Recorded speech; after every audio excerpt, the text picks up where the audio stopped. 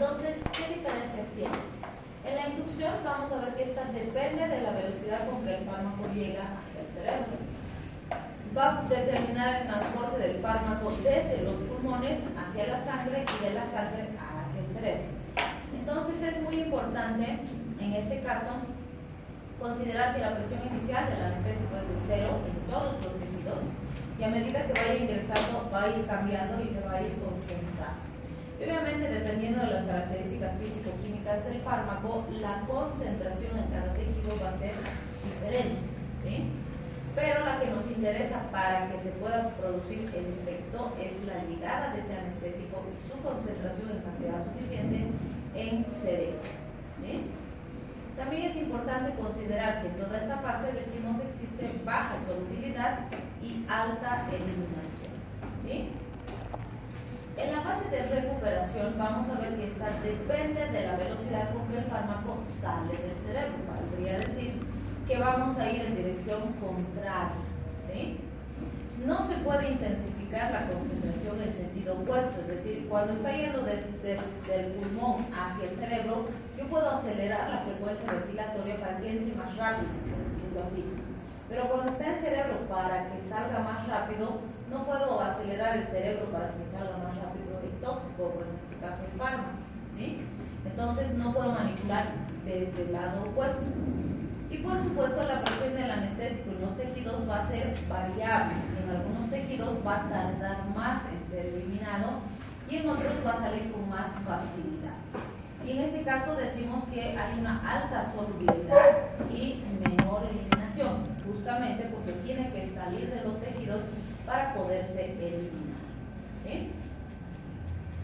Este es un sistema, un esquema que nos muestra el sistema que se utiliza normalmente en estos pacientes. Entonces, fíjense, como dijimos, primero, el paciente que se va a anestesiar, que va a recibir anestesia general, va a estar conectado a un ventilador mecánico y a un equipo anestésico.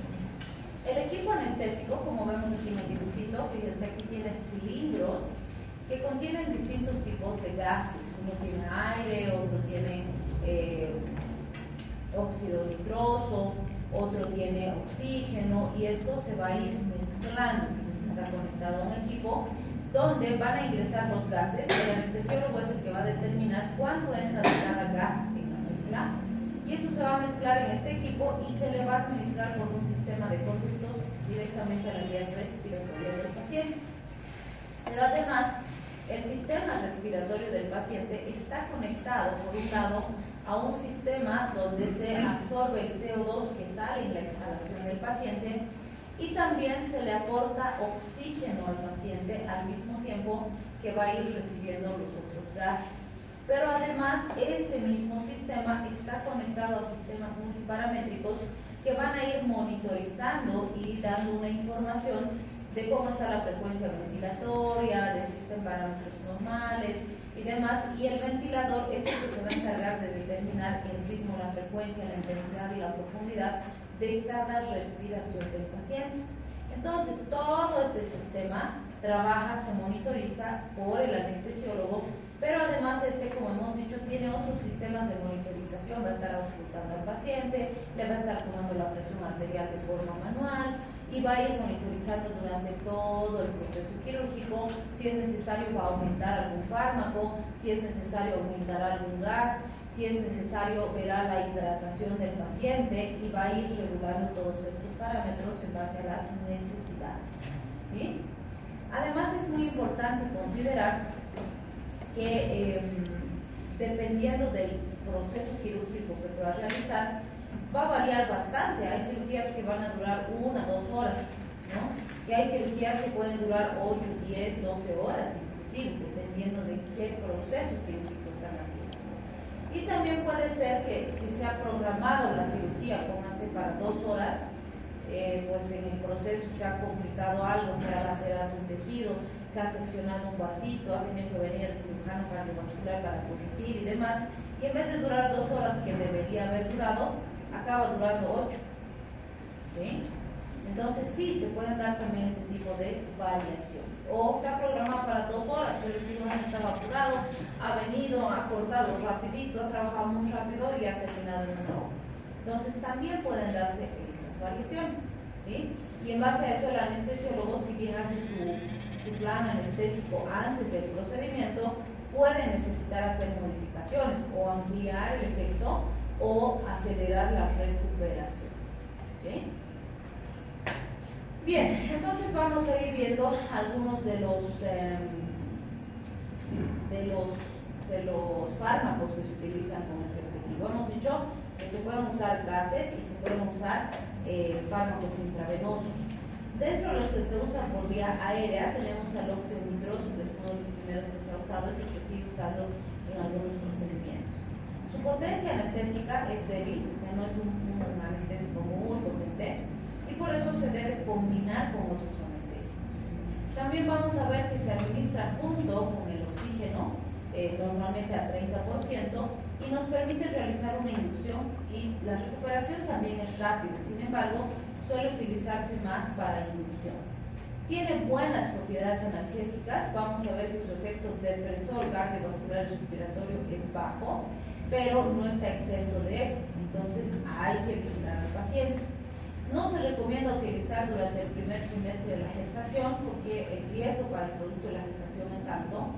Puede producir inhibición de la médula ósea en casos de administración prolongada y difunde cavidades cerradas y puede producir neumotoras, ¿sí? Ahora les pregunto, ¿será que alguna embarazadita tenemos que operar?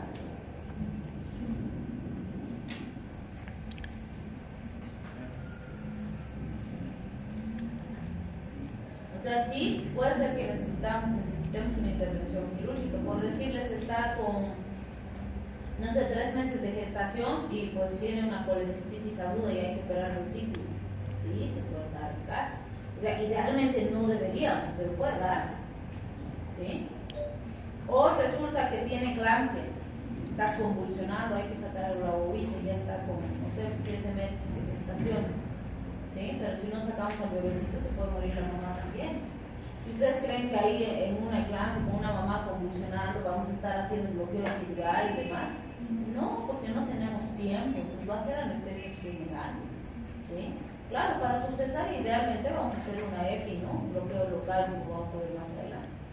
Pero si no hay las condiciones o está en riesgo la vida de la mamá, del bebé o del binomio, vamos a hacer con anestesia general, porque es rápido, necesitamos rápido, ¿sí? Bien, tenemos también los halogenados. Dentro de lo que son los halogenados, podríamos decir que el halotano es uno de los que más se ha utilizado.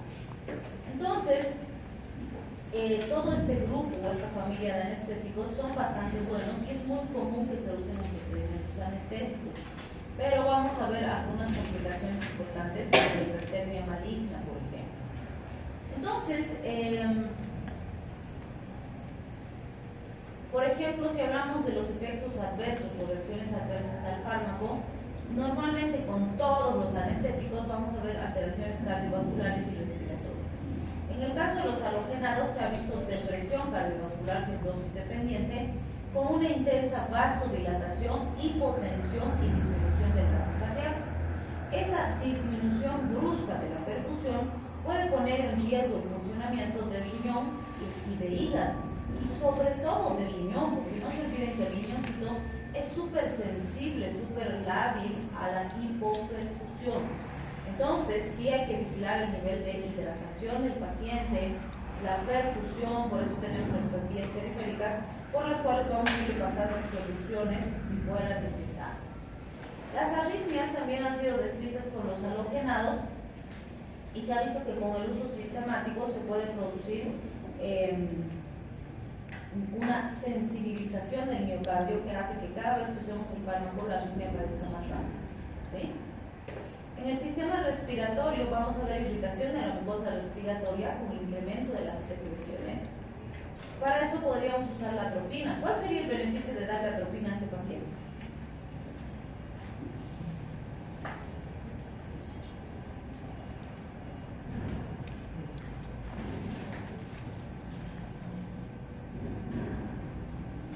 ¿Qué haría la atropina? Si mi problema es que existe irritación en la mucosa respiratoria y hay muchas secreciones. ¿Qué tipo de fármaco es la atropina? ¿Se han olvidado?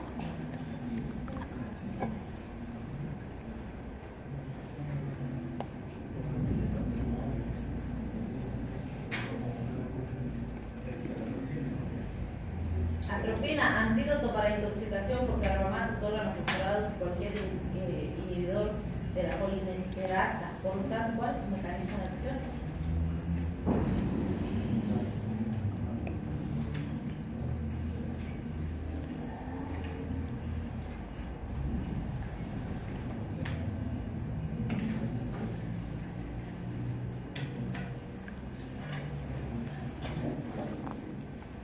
¡Qué barbaridad! Es un anticolinérgico, ¿sí? ¿Y cuál sería el beneficio de darle un anticolinérgico a un paciente con secreciones? ¿Qué hace el anticolinérgico? Disminuye las secreciones. Entonces nos va a ayudar a estabilizar al paciente, ¿sí? Vamos a ver que también puede producir depresión respiratoria dosis dependiente en relación a la función ventilatoria del paciente. Entonces, hay que tener vigilancia, cuidado si quieren con la función respiratoria del paciente. Esta es una de las complicaciones raras, pero muy peligrosas, de los haloginados. Porque la hipertermia maligna, como vamos a ver después cuando veamos relajantes musculares también, es una patología, diríamos, en la que existe una triada como requisito para que se presente. ¿Qué dice la triada? Tiene que haber un halogenado, que en general es halotano, ¿sí? En segundo lugar, tiene que haber la asociación con succinilcolina. Y en tercer lugar, tiene que haber la predisposición química. Si están presentes los tres elementos, va a debutar el paciente con hipertermia, ¿sí? Si no están presentes los tres, no.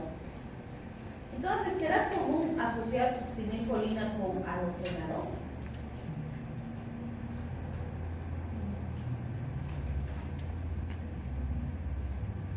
Sí es común. La succinilcolina van a ver que se suele usar como relajante muscular en la primera fase de la anestesia general cuando vamos a intubar al paciente, porque permite la relajación de los músculos del cuello y eso facilita el procedimiento y la manipulación durante la intubación.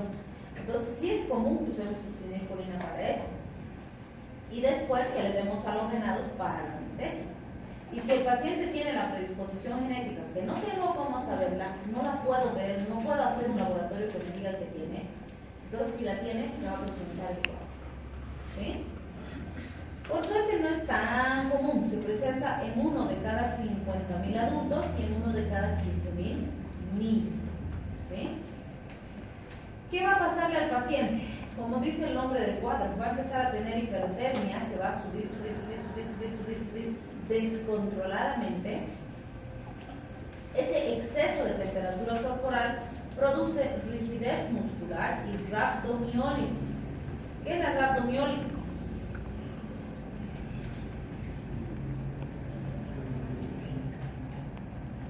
Me están preocupando, no saben términos médicos. Por razón se pierden en los casos. La rhabdomiólisis hace referencia a la destrucción masiva de fibras musculares. ¿Sí? ¿Por qué esto es peligroso? Porque va a producir sobrecarga del riñón. Porque todo eso que se destruye tan rápido se tiene que eliminar. ¿Quién va a eliminar? El riñoncito y puede colapsar. ¿Sí? Bien, también se ha visto taquicardia, arritmias y cianosis, alteraciones metabólicas. Y el tratamiento consiste en medidas de enfriamiento, soporte vital y dantroleno. En general se estima al dantroleno como un antídoto para la hipertermia maligna. ¿Cómo usamos medios físicos? ¿Qué harían en medios físicos para bajar la temperatura de este paciente? No va a ser suficiente las compresitas, muy poco. ¿Han visto en las películas que ponen una tina llena de agua y le ponen hielo y sumergen al paciente? En estos pacientes es que se hace ese tipo de procedimiento, ¿sí?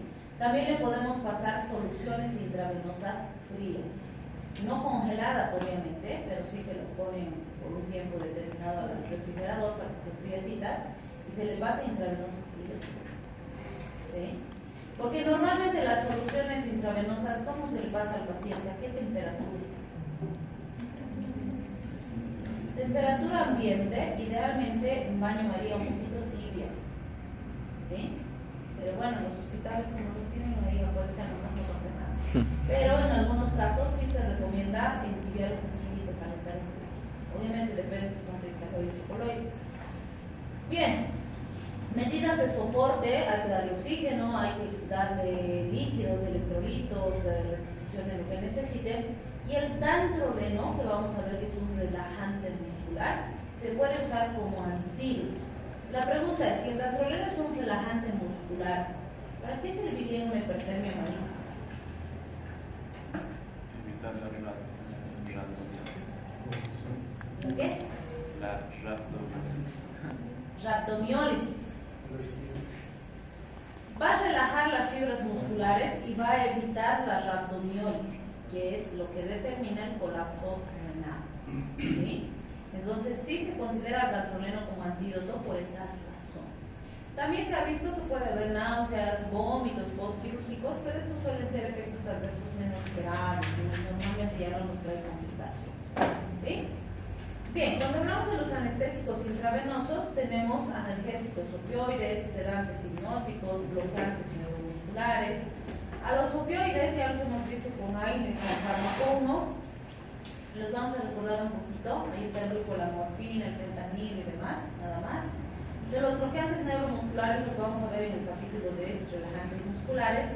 Entonces ahora nos vamos a enfocar en los hipnóticos específicamente. Vamos a ver al tiopental, al etomidato, al propofol, al midazolam y al alprazolam. Entonces estos para administración intravenosa se utilizan sobre todo para inducir la anestesia, ¿vale? Es decir, para iniciar el proceso. Porque actúan bastante rápido. En general vamos a ver que se usa que actúan, entre 20 y 30 segundos. Y se continúan con anestésicos por vía inhalatoria. ¿Sí? Entonces el tiopental sódico va a iniciar su acción rápida y va a recuperar de forma lenta. Esa recuperación lenta es lo que el paciente describe como una resaca. Se siente mal, pesada la cabeza después del procedimiento. Se puede acumular por administraciones repetidas, por eso es que no se recomienda para repetir las dosis, sino solo para iniciar el procedimiento. Por eso nos dice solamente usar para inducción. Sus efectos adversos están relacionados a depresión cardiovascular y respiratoria, igual que con todos los anteriores casos. Este tiopental se estima que es un barbitúrico, pero también se ha visto que tiene acción en los GABA de tipo A y va a producir hiperpolarización, es decir, lo característico de los barbitúricos. La dosis es de 2.5 a 4.5 miligramos kilogramo en el adulto, de 5 a 6 miligramos kilogramo niño. En los niños la depuración es mayor y por eso se necesitan dosis más altas, pero eso también aumenta el riesgo de toxicidad, ¿sí? Entonces en los niños es muy importante considerar que la vigilancia tiene que ser el doble de estricta que en el adulto. Y fíjense, en los recién nacidos incluso más altas las dosis. ¿Sí? Bien, el etomidato, que es otro de los fármacos dentro de este grupo, inicia rápidamente su acción, pero la recuperación es rápida, de 3 a 5 minutitos, pero también se recomienda solamente para inducción, puesto que la perfusión intravenosa continua está contraindicada. ¿Sí? Entonces, vamos a ver que tiene menos riesgo de producir depresión cardiovascular y respiratoria. Los movimientos involuntarios durante la inducción van a ser bastante comunes en este caso, y puede haber supresión de la corteza suprarrenal, otra razón de que no se use con mucha frecuencia o con alta intensidad. El mecanismo exacto de acción no se conoce, pero se sabe que tiene alguna acción en los receptores GABA, pero se estima que tiene que tener algún otro efecto porque solo el efecto GABA no es suficiente para la intensidad de potencia que produce. La dosis es de 0,15 a 0,3 miligramos por kilogramo intravenoso en 30 segundos. El propofol, podríamos decir que este se usa, es uno de los que más se usa en cirugías pequeñas y demás. ¿Por qué? Uno, se metaboliza súper rápido, así que es una molécula que fácilmente nuestro organismo va a eliminar. Va a usarse para inducción y para mantenimiento, porque es muy seguro para ambos procedimientos. Se puede usar infusiones continuas también, sin los riesgos que teníamos con los otros anestésicos. Va a comenzar rápido su acción y su recuperación es mucho más rápida, pero no tiene efectos acumulativos importantes. Esto hace que sí se pueda repetir las dosis, sí se puede usar para mantenimiento y demás. Y como decíamos, pues este es el que más se usa en los tratamientos de día a día en el hospital. Como efectos adversos se ha visto depresión cardiovascular y respiratoria, que básicamente es para todo lo demás que hemos visto. ¿Cuál es el mecanismo de acción del propofol? Se sabe que actúa en el GABA de tipo A, pero no se sabe qué más hace, dónde más actúa. Se cree que en algún lugar más tiene que actuar porque su efecto es realmente intenso y no parece estar solo relacionado al GABA. La dosis es de 1 a 2.5 miligramos por kilogramo en pacientes menores de 55 años. ¿Por qué en los menores de 55 años? Porque en pacientes mayores de esa edad tienen que individualizarse la dosis en base a si funciona bien el riñón, si funciona bien el hígado, si todo lo demás está dentro del rango, etc. Y bueno, para mantenimiento le podemos dar de 6 a 12 miligramos por kilogramo hora y vamos manteniendo la efectividad. En general son de uso hospitalario. Bien. Y finalmente tenemos a la ketamina. La ketamina, también conocida como cetamina por algunos autores, es un anestésico general. Sin embargo, algunos dicen, no es tan anestésico general, el paciente permanece consciente. A diferencia de todos los otros anestésicos generales, con ketamina el paciente va a estar despierto. Y eso nos da un grado mayor de seguridad en el paciente. El problema, ¿cuál es? Que se produce una anestesia disociativa, que quiere decir, el paciente puede estarme hablando, puede estar contando algo, a veces se pone a llorar, qué sé yo, pero no se va a acordar nada de lo que ocurra durante ese tiempo, ¿sí? Pero va a estar despierto. Entonces es muy importante considerar eso. Fíjense, su inicio es lento, de 2 a 5 minutos. Sin embargo, ese inicio de acción varía de forma significativa dependiendo si se administra oral o se administra intravenoso, ¿sí? O perdón, no es oral, es intramuscular o intravenoso. Si es intramuscular, vamos a ver que el efecto tarda más, y si es intravenoso, es más rápido, ¿sí? Bien, vamos a ver que también puede aumentar la frecuencia cardíaca y la presión arterial, pero no deprime la respiración a dosis terapéuticas. Entonces ahí tenemos. Se ha visto que por ese efecto de que nos produce sedación, desconexión, pero no genera memoria en el paciente, puede activar procesos psicotomiméticos después de la recuperación. Es decir, se ha visto pacientes que no habían debutado con una enfermedad psiquiátrica, que después de haber usado ketamina, se desenmascara el problema psiquiátrico, ¿sí? Entonces sí hay que tener cuidado. Puede producir náuseas, vómitos post-quirúrgicos, que es común.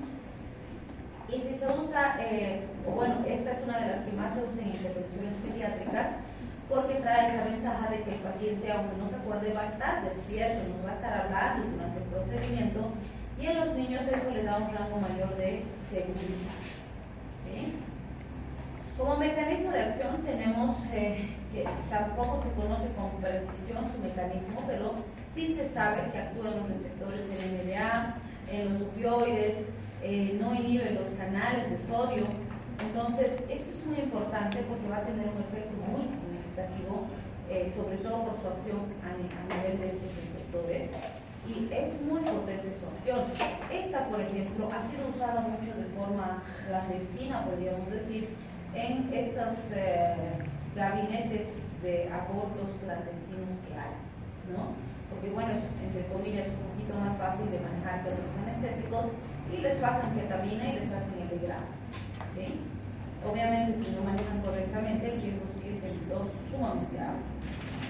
Como dosis vamos a usar de 1 a 2 miligramos kilogramo intravenoso, y fíjense, por vía intravenosa el efecto aparece a los 30 segundos, ¿sí? Rápido, pero también dura poquito, va a durar entre 5 a 8 minutos, o sea, aparece rápido y desaparece rápido. En cambio, por vía intramuscular, que es la principal forma de aplicación para los procedimientos que hemos mencionado, o en los niños, vamos a ver que se usa de 5 a 10 miligramos por kilogramo intramuscular, y se puede iniciar con 2 a 5, o más bien pasar lentito de 2 a 5 minutos. Va a iniciar la acción del fármaco alrededor de los 5 minutos y va a durar entre 20 y 40 minutos. Entonces, fíjense, tarda un poco más en aparecer el efecto, pero dura mucho más tiempo. por ejemplo, si tengo un paciente chiquitito que le tengo que poner un yeso, no se va a quedar quieto y voy a poner el recto, su mano, claro. Entonces sí puedo ayudarme con esto para que esté tranquilo el pequeño, realice el procedimiento y 20, 40 minutos después va a estar bien. ¿Sí? Entonces muy importante para eso, pero siempre hay que vigilar al paciente. Y bueno, las vacas dicen que coman más pollo, por favor. Las vacas yo creo que aman a los bolivianos, porque casi vivimos de pollo.